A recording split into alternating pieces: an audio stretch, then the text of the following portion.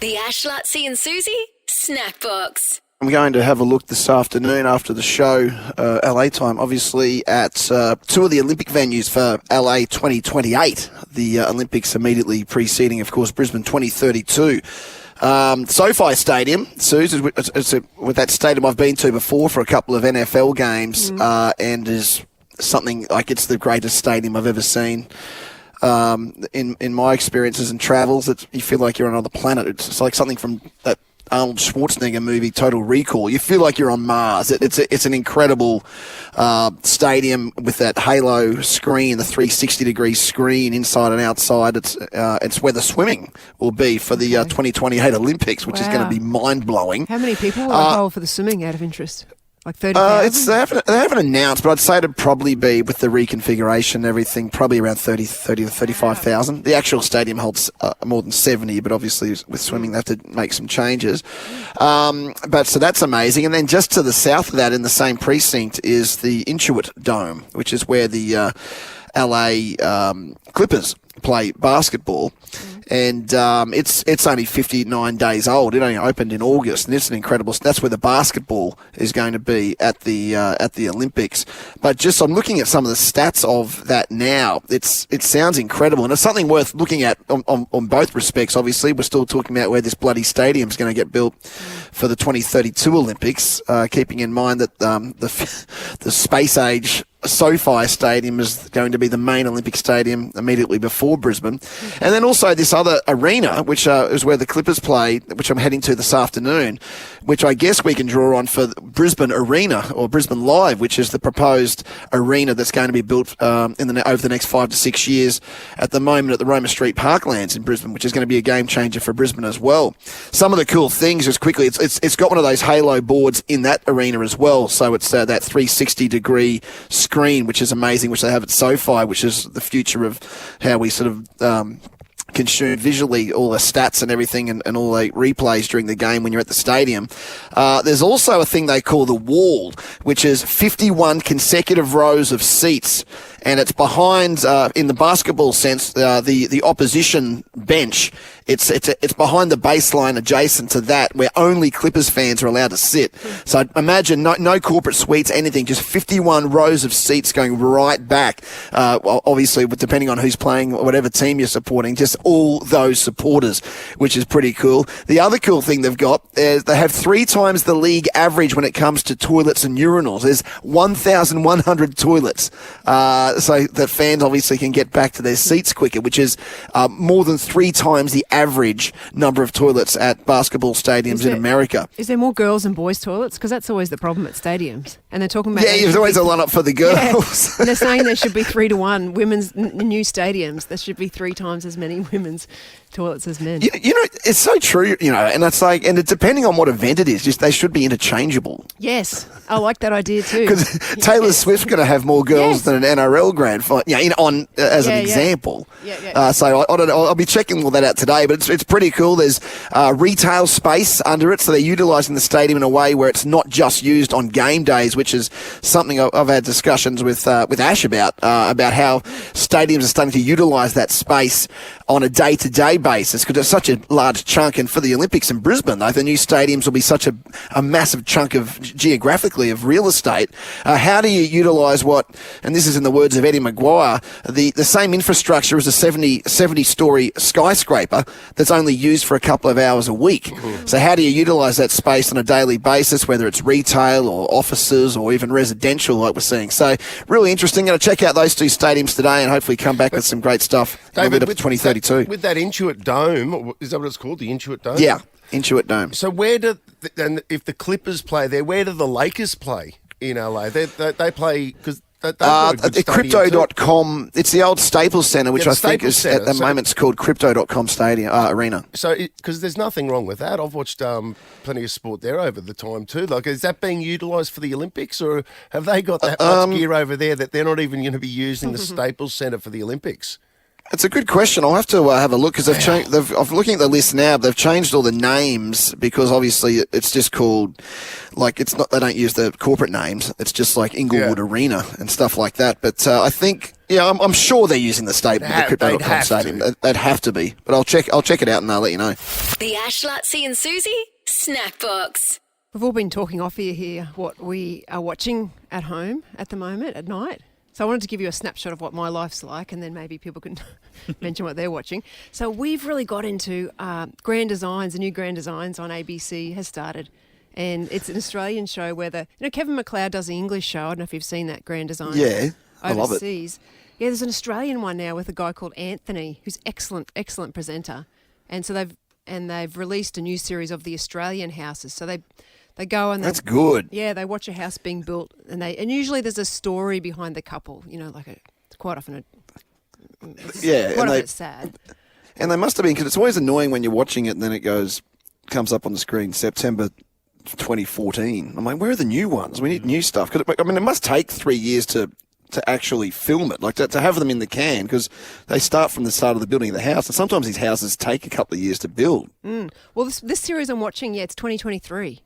It's pretty recent, really recent. Wow. And it's the second lot of Australian series. The first one that also was on this year, that big house on Kangaroo Point, Lamb House. They did a big thing on that one. So have you heard of Lamb House? It's Yeah, a it's big the house one where right on the Is that the Kangaroo Point cliffs. It's the one when what? What? what's the name lived there? Troy Cassadaly. No, no, she did not. And Laurel Edwards. No. Is that what you said? Is that what you thought? We said that once. There's no truth to it whatsoever. Oh, really? I think Ash said it, actually. We spread the rumour that's been true. Oh, really? It's the They biggest. had to come out and say, no, that's not our house. That's that one, though. That's the one before the last house before the thing started, is that it? Yeah, above the cliffs. Yeah. Is a Who does really live there, nice Susan? It's not KM initials? Last name Wilson. No, Isn't okay. it? Oh, yeah, yeah, yeah. Yeah, they're Okay. That's a different person, but yeah. yeah. I mean, I think I do know who it is. They're named in the show, so it's fine. But it's funny. So Okay. now this is our night. So we get our dinner, we put it in front of the TV, we watch Grand Designs, and then I usually go after dinner. I take the plates back and get a cup of tea and some biscuits for us.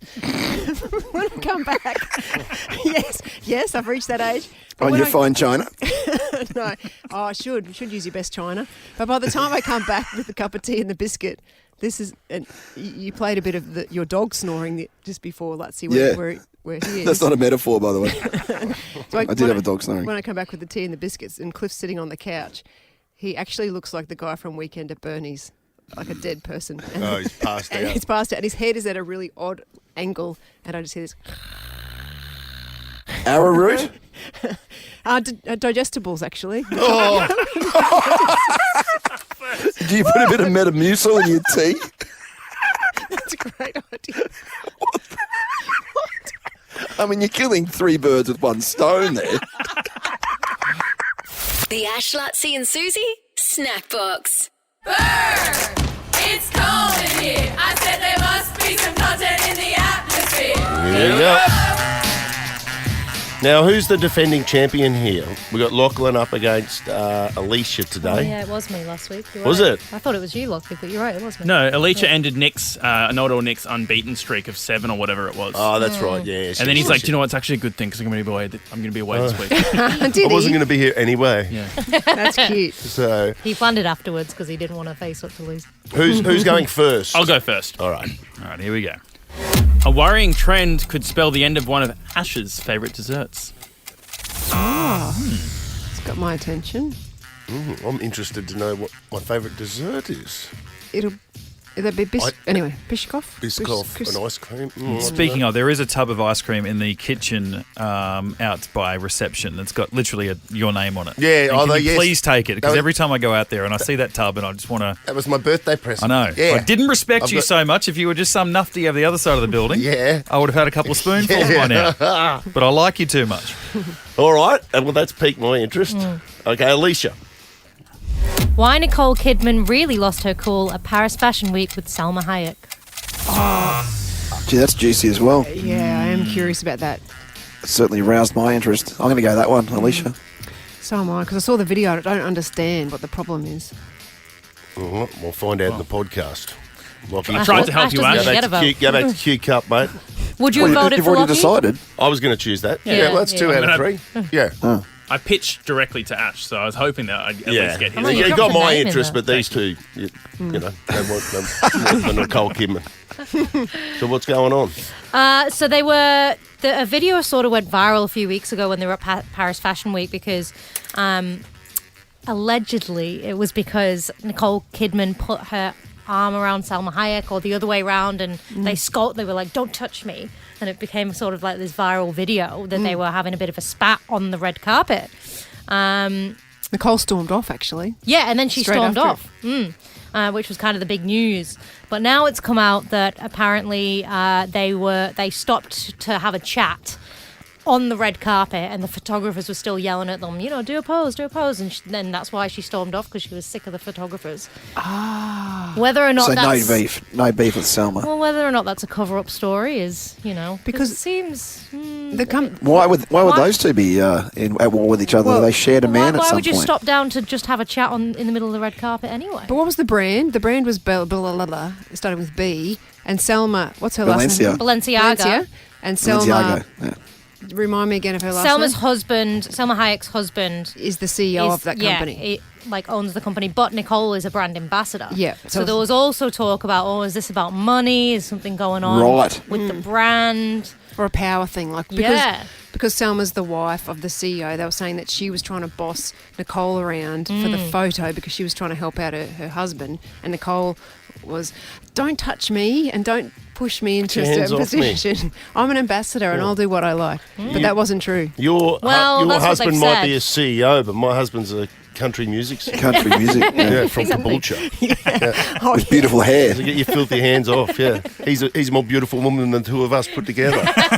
The Ash, Lutzi and Susie SNACKBOX. I found myself going down all sorts of rabbit warrens yesterday on social media in the wake of Elon Musk. I must have watched that video of that rocket Oh, yeah. returning to base, I don't know, a fair few times yesterday. And then, every now and then, I don't know if it ever happens to you, where you just get, where it just spins you out, space. Oh, yeah. And I found myself Googling, how was Earth created? Going back to the Big Bang. Yep. and trying to get trying to fathom how we're all here. And how long it's been going for, and the expansiveness of space. Or how yeah. short it's been going for as well. I sometimes think that. Like, Oh, have like we us. humans, Oh. have we actually a really small piece in time? We have been, Yeah. just on Earth, we have been around for just a moment. Okay. And Have you heard that one? They say if the you ice ages that we've had. Yeah. The Earth has been frozen. They say if you look at the all of time since the Big Bang as a calendar year, humanity has only shown up at somewhere in the 8:59 p.m. The last minute of the day, Yeah. of December 31. Yeah. Like, we've been here for a fraction of nothing compared to everything else. Yeah, it blows my mind. And then the news today that NASA has just sent another. Try and fathom this. NASA has just sent a rocket to go to Jupiter. It is 1.8 billion miles away. 1.8 What is? billion Jupiter. Yeah. Jupiter. 1.8 billion miles away. It's going to take them 6 years. 6 years to get there. Yeah.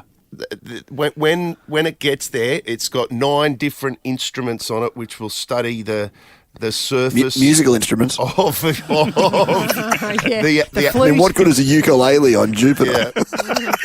So no people on board.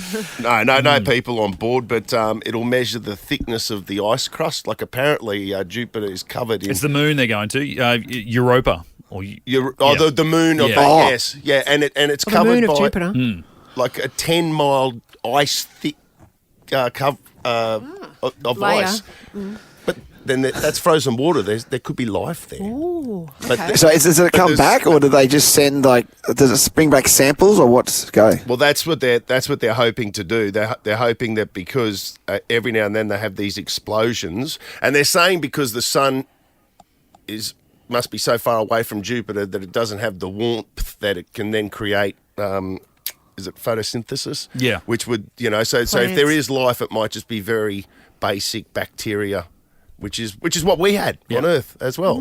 God, how bizarre. Before it all happened. But yeah, it's a good moment to just sort of try and be able to comprehend it and fathom it, and then have a look at Einstein and what he was able to do when he was around. Like, that guy could be one of the greatest human beings of all time, with the predictions that he made, the scope of his mind to be able to comprehend gravity and all of the rest of it. It's incredible. There's a piece of audio, I don't have it with me now because I've just remembered it while you're talking about it. I might have to play it in the podcast, where they said, like, he made predictions where he couldn't prove it with the technology of his time, but decades after his death, they were able to say, oh yeah, two stars that spin around each other and how close they move together every year. He had it, like, he predicted it absolutely correct. I think he predicted that those two particular stars move together at a rate of something like 7 millimeters per year.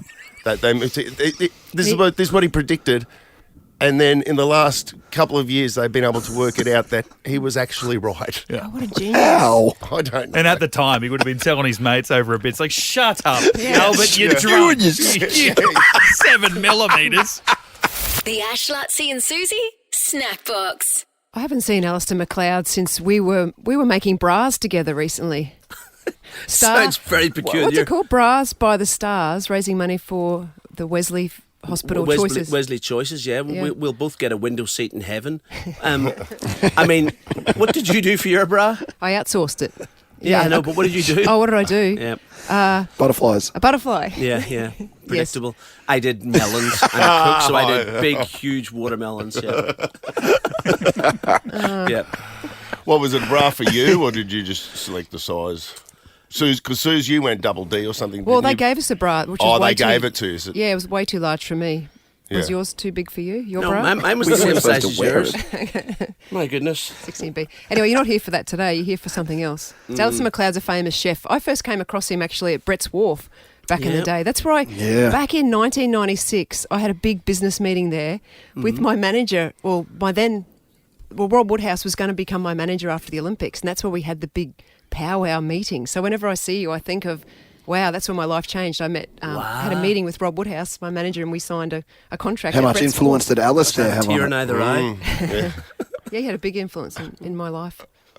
Alistair. There's a nice wee spot there. I mean, Queensland seafood, my goodness. Some of the best, Shirley Malulabat king prawns, Moreton Bay bugs, Kringle oysters. Harvey Bay scallops. Thank you. Yes. I think I can do it myself, yeah. I'm trying to help out, scallops.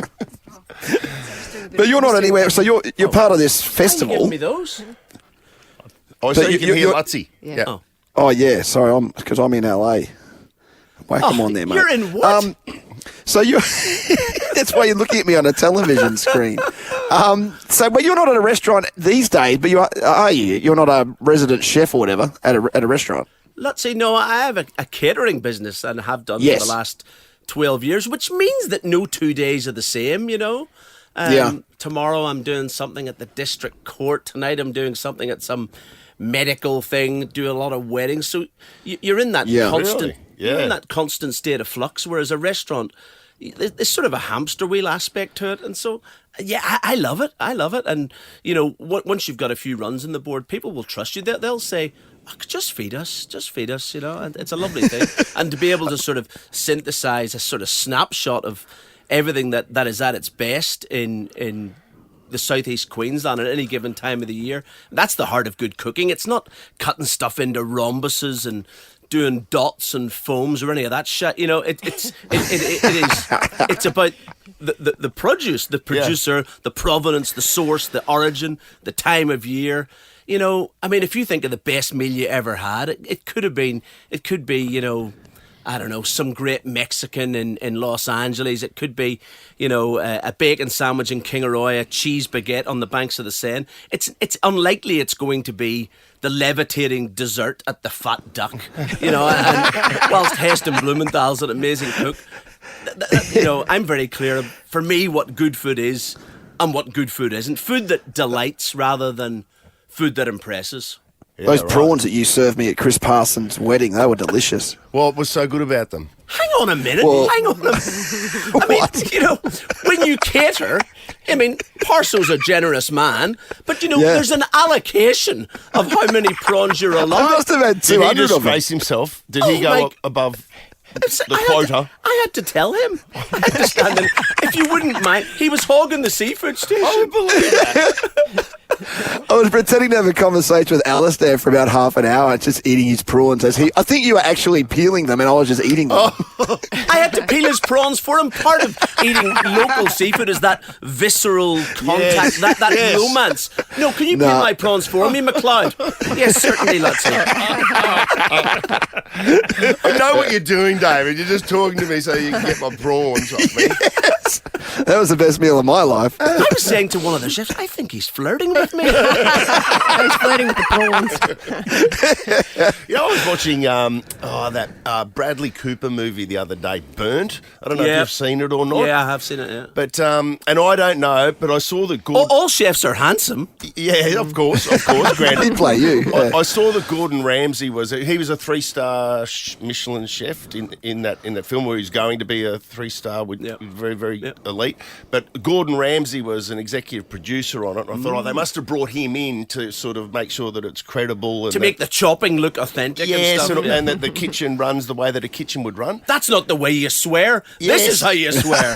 Well, this is it. It's like that these chefs in these films, like they seem to be such narcissistic, I would say. Like really Thank you. aggressive people.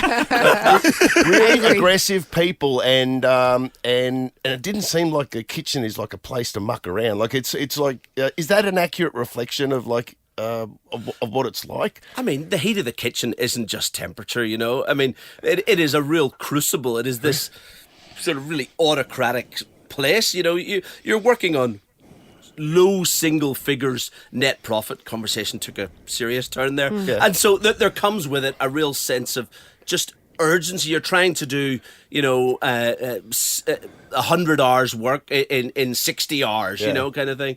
And yeah, it's a demanding place to be. I mean, you either love the Stressful. adrenaline. Yeah, it is stressful. Yes. But you love the adrenaline and the pace of it and the heat and the energy. And ultimately what you love is the feedback. You know, Mark Twain said you can live for 2 months on a single compliment. And so that's your wages as a cook. It's not, let's look at the monthly report. You know, I mean, all that stuff's important, but really it's just that sheer the narcissism. The validation. That's that right. I that's appreciate right. what you're doing. I appreciate your gift. You're driving home and you immediately know your place in the universe. It's a magic thing. Oh, that's great. What's this thing this weekend that you're part of? The Good Food and Wine show. Yeah, next weekend, Good Food and Wine Show, 25th to the 7th at the Convention Centre. Susie O'Neill, I reckon, apart from the Great Wall of China, it would be one of the few things you could see from space. I mean, fair income. They get like 30,000 people coming through. Maybe not that many. Doesn't matter. I've said it now. Coming through the front door. It gives us the peeps this one-stop shop of food. And booze and spirits and education, entertainment. I mean, we've come such a long way on our food TV word journey. I mean, I know that when I'm doing cooking demos, instead of people saying, "Excuse me, dear, handsome chef," Like Brad Cooper. that's what they say. Yes. Can I get the recipe? Now they say, where'd you get those ingredients from? Which shows of a sort of maturing on where we're at. And so you go to this Good Food and Wine Show, and it's this one-stop shop. You get this wonderful snapshot, this State of the Union of all the best, farmers, fishers, growers, producers, brewers, distillers, winemakers from all around Queensland and from all around Australia. And they're people they're the people who've got the dirt under their fingernails. And then you get to see it through the eyes of some of the most well-known cooks in the country. People like, Donna Hay's going to be there, Kirsten Tibbles, up-and-coming chef Miguel Maestri. That guy, he's not from Spain at all. Absolute cobblers. Yeah. It sounds great. The Good food and wine show. It's Brisbane, not this weekend, next weekend, but you can pick up the tickets at goodfoodshow.com.au. Goodfoodshow.com.au. Great to have you, mate. Alistair McLeod. Thanks, mate. Pleasure Cheers, doing mate. business. Same time next week. The Ash, Lutzi and Susie Snack Box.